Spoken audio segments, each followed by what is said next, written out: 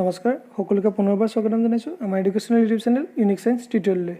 ইতিমধ্যে আমি ডিছকাছ কৰি আছোঁ ইলেক্ট্ৰিক চাৰ্জেছ এণ্ড ফিল্ড চেপ্টাৰটোৰ নিউমেৰিকেল প্ৰব্লেমবোৰৰ ওপৰত আমাৰ আজি ভিডিঅ'টো হৈছে নিউমেৰিকেল সেট প্ৰব্লেম 3 ওকে ইয়াৰ আগতে আমি সেট 1 আৰু সেট 2 ওপৰত ডিছকাছ কৰি আহিছোঁ সো আজি আমাৰ এইটো লাষ্ট ভিডিঅ' এনচিইআৰটি প্ৰব্লেমৰ ওপৰত সো আমি আজি ডিছকাছ কৰিম 1.21 1.22 1.23 আৰু 1.24 প্ৰব্লেমটো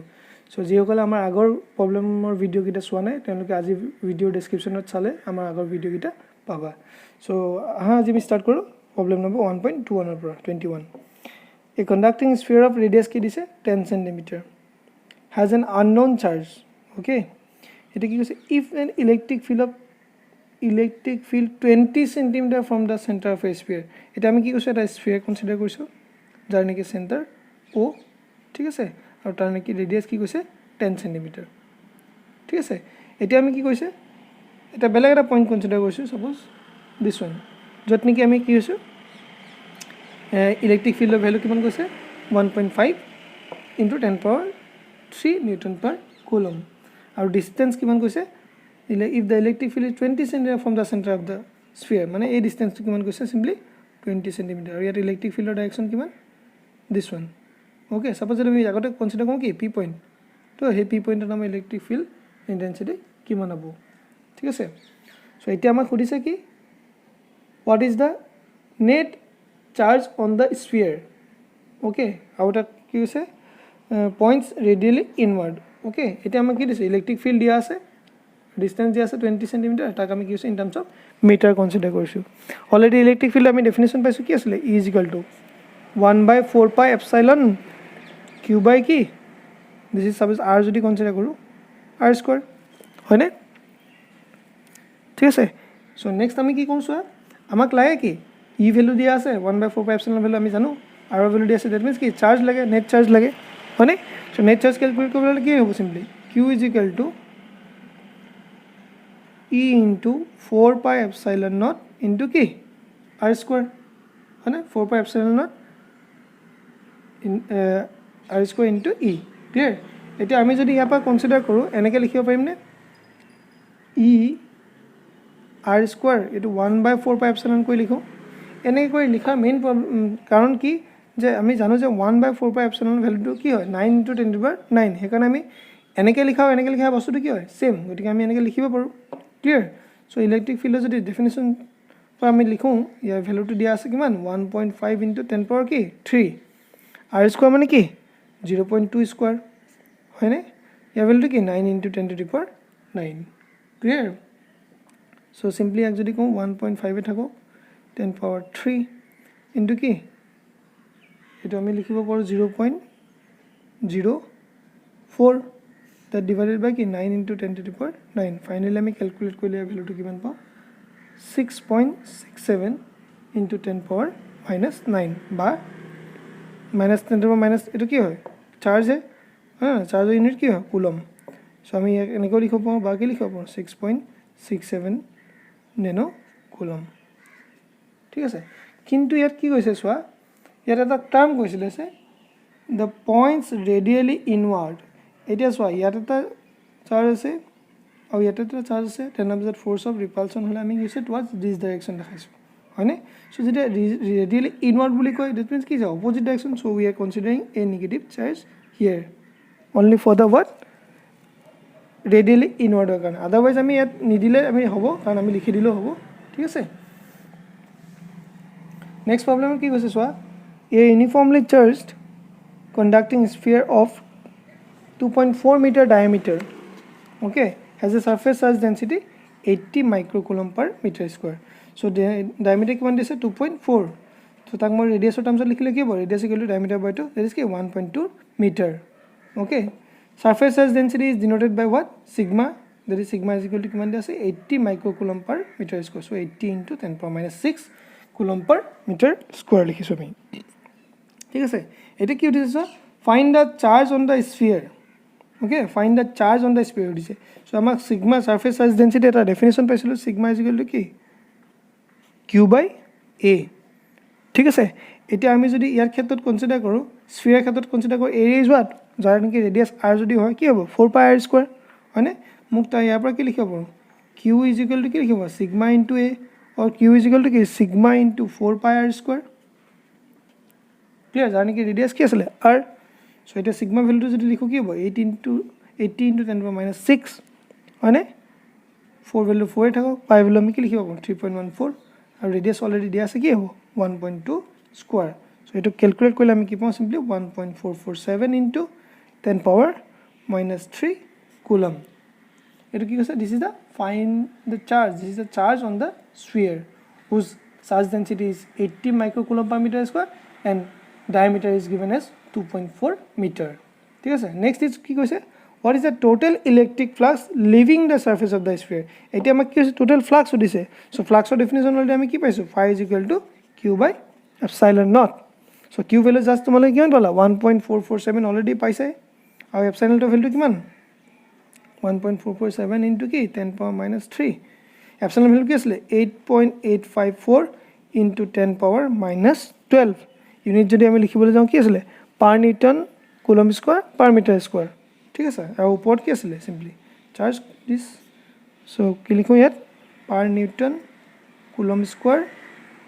per meter square সো আমাক কি ফ্লাক্স সো ফ্লাক্স আমি কি পাম ওপৰলৈ গৈছিল Newton per coulomb meter square so তাৰ ভ্যালুটো আমি কি পাম ক্যালকুলেট কৰিলে 1.63 into 10 power 8 newton per coulomb meter square so this is the total flux leaving the surface of the sphere whose charge is given as what now 1.44 into 10 power minus 3 coulomb clear ঠিক আছে so next আমি discuss কৰিম our next problem that is তোমাৰ problem number 1.23 set number 3 23 number question ইয়াত কি দিছে sir an infinite line charge produces a field of this one so field মানে হদাই আমি গম পাম নিউটন per coulomb পাই আমি গম পাম যে কি হয় e value so e value কি হয় 9 into 10 to the 4 newton per coulomb at a distance of কিমান দিছে 2 cm তাক আমি কি হলে কনসিডার কৰিছো মিটার that is কি হয় 0.02 মিটার ঠিক আছে এতিয়া আমি কি কৈছো সো আমি ইয়াত কি কনসিডার কৰিছো calculate the linear charge density যদি আমি কনসিডাৰ কৰিলে আমাক কি কয় ল্যামডা বুলি কয় হা linear charge density কিমান হয় সুধিছে এটা আমাক কি আছে ইলেক্ট্ৰিক ফিল্ড দিয়া আছে ডিসটেন্স দিয়া আছে আৰু আমাক linear charge density আছে সো আমাৰ এটা ৰিলেশন পাইছিলো যে electric field produced by a infinite line charge at a distance of d for a line charge density lambda is given by কি আছিল simply e is equal to lambda by twice of epsilon naught d এটা already আমি derive কৰি আছো তোমালোকে ইয়াৰ যদি ডেৰিভেশন চাব বিচাৰা লাইন চাৰ্জৰ সো অলৰেডি আমি ইয়াক ডিৰাইভ কৰিছো তোমালোকে আমাৰ আজি ভিডিওটো ডেসক্ৰিপচনত বিচাৰিলো ইয়াৰ মই ডেৰিভেশনটো লিংকটো দি ৰাখিছো ঠিক আছে সো ইয়াৰ পৰা আমাক কি লাগে সিম্পলি আমাক লাগে কি linear charge density this কি lambda সো ইয়াৰ পৰা আমি কি লিখিব পাৰিম lambda is equal to কি twice pi epsilon naught d into e clear ঠিক আছে এতিয়া আমি কি কৰিছো এটো এই এক্সপ্ৰেশনটো পৰা আমি e টো তেনেকৈ থাকক d টো তেনেকৈ থাকক e into d থাকক এই 1/2 twice pi epsilon টো আমি কি লিখো 2 twice pi epsilon টো কি লিখো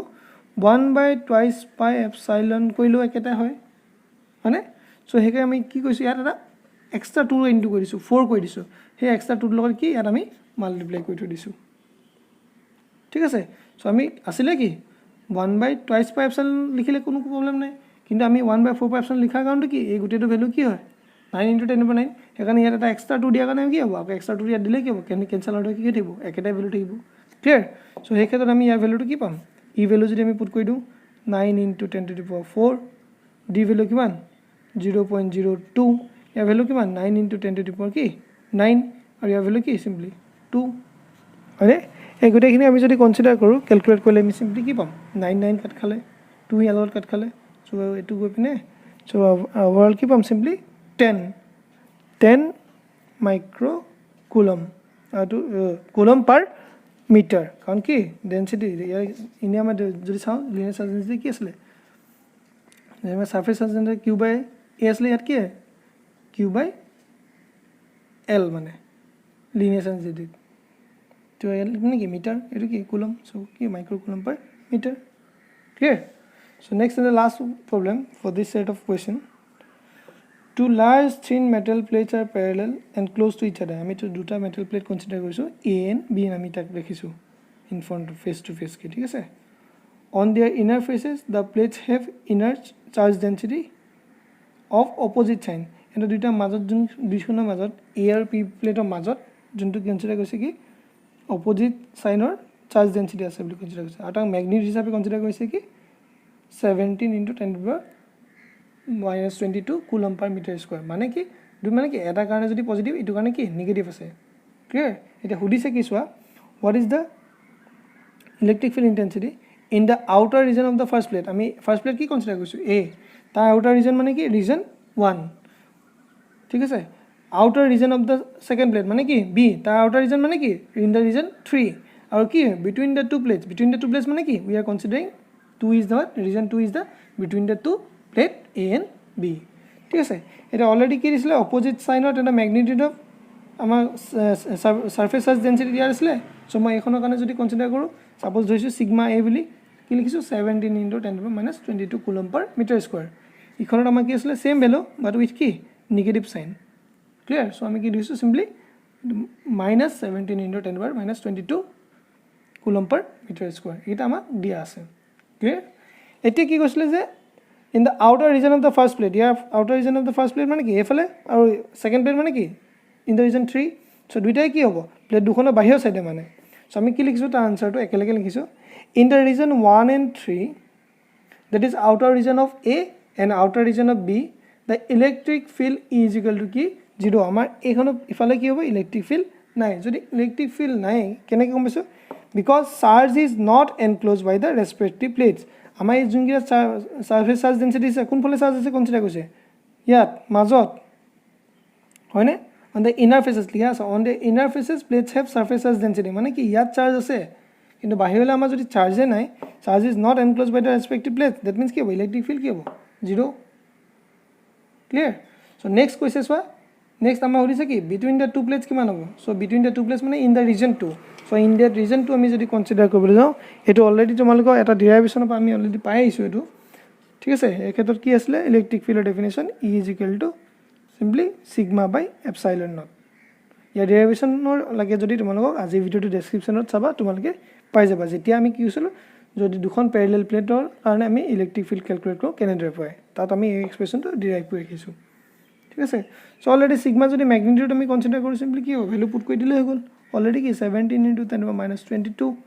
coulomb per metre square epsilon value already পাইছো 8.854 * 10 - 12 per newton coulomb square per meter square so electric field already আমি ইউনিট জানো কি হয় newton per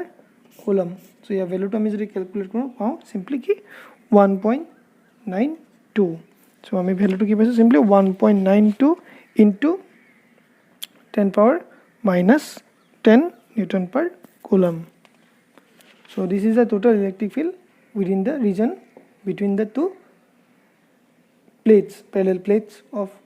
charge density 17 * 10 - 22 coulomb per meter square so আজি ভিডিওটো আমি ইমানটা সামৰণি মাৰিছো so তোমালোকে এনসিআৰটি যিকিটা নিউমেৰিকেল প্ৰবলেম আছিল আমি তিনটা সেটত ডিস্ট্ৰিবিউট কৰি পিনে টোটাল কোৱেশ্চন গিটা ডিসকাস কৰিছো so তোমালোকে আমাৰ আগৰ যিকিটা প্ৰবলেম আছে আজি ভিডিও লিংক ডেসক্ৰিপচনত দিয়া আছে তোমালোকে চাই লবা আৰু কাইন্ডলি আমাৰ চেনেলটো সাবস্ক্ৰাইব কৰি লবা আৰু আমাৰ ভিডিওবোৰ নিজৰ ফ্ৰেন্ড সাৰ্কেলৰ মাজত শ্বেয়াৰ কৰিবা তেওঁলোকক আমাৰ চেনেলটো সাবস্ক্ৰাইব কৰিব কবা আৰু আমাৰ চেনেলটো যাতে প্ৰত্যেকটো ভিডিও তোমালোকে পাই থাকা তাৰ কাৰণে তোমালোকে কাষতে থকা নটিফিকেশন বেলটো টাচ কৰিবা সো আজি ভিডিওটো ইমানটা সামৰণি মাৰিছো ইউনিক সায়েন্স টিউটৰিয়েলৰ পৰা তোমালোকক ধন্যবাদ